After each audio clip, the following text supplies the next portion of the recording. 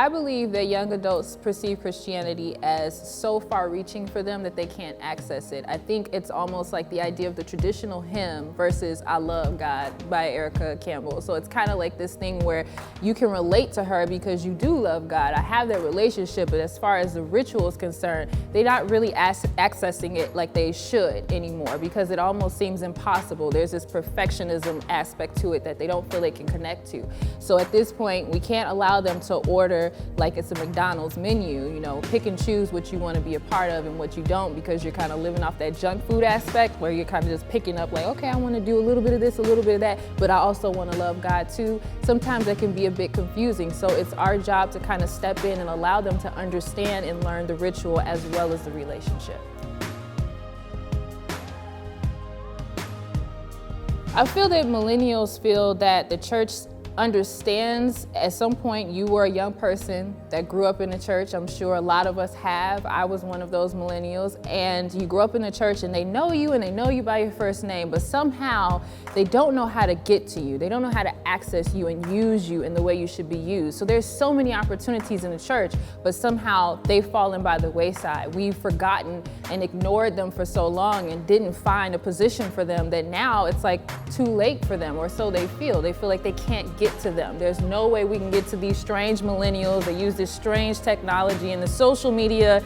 It's just like blowing people's mind, but they don't understand how it could work for them. So I think millennials have now found this way where they've rebelled against the norm. And so the norm has now become that the church is not useful to me anymore, so I just won't use it. I don't feel like they include me. They don't include what I feel is important anymore. So I'm just gonna kind of go away from that. So I think that's where millennials have kind of placed themselves. But I think if we turn them around and understand, no, you are significant, you are valuable, you are important. God chose you, just like he chose everyone else. They'll start seeing that change and really start activating themselves within the church. And I think that's what is causing them to kind of leave at this point. And that's, I think, how they think the church views them.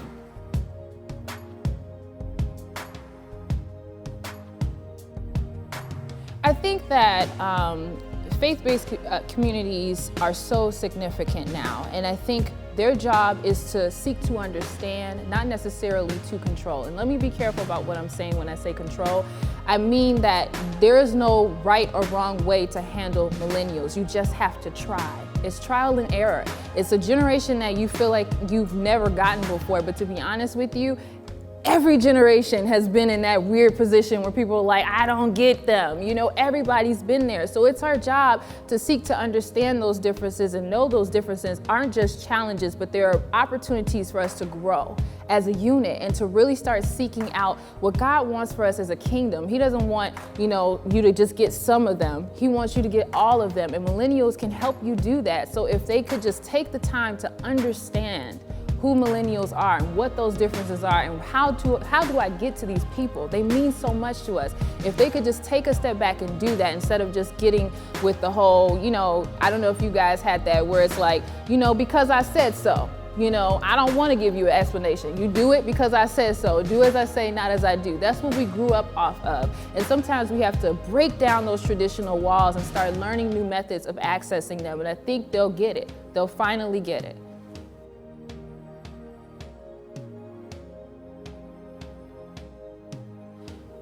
I think that what has really been a significant thing when it comes to terrorism or social injustices, we get into this place of confusion. We almost don't know where to turn. So 90% of the time they turn to the church. They want answers. They want to know something can ground them in some way in a world where everything is kind of going crazy for them. And the thing about the church is it's a place of refuge, but sometimes that could also be equated as hiding. And so a lot of people are hiding in the church.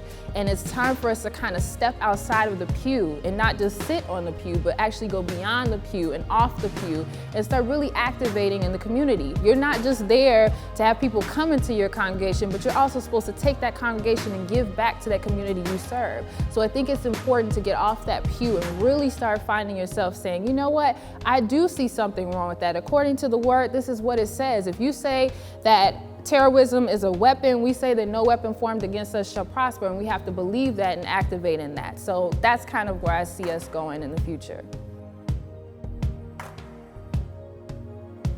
I'm a part of Operation We because Operation We is a part of me. That rhymes.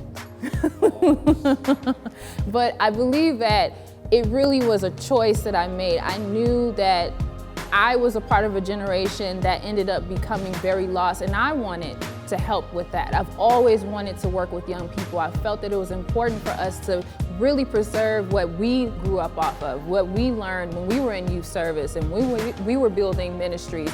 And I don't want to see that go away. And I think that Operation We is taking that time to say, you know what, we can be that gap. We can fill that gap for people and really bridge it so that we can start seeing growth happen in the future. I wanted to be a part of that because I knew I had gifts and talents that God gave me, and I used my voice, so why not use it for we?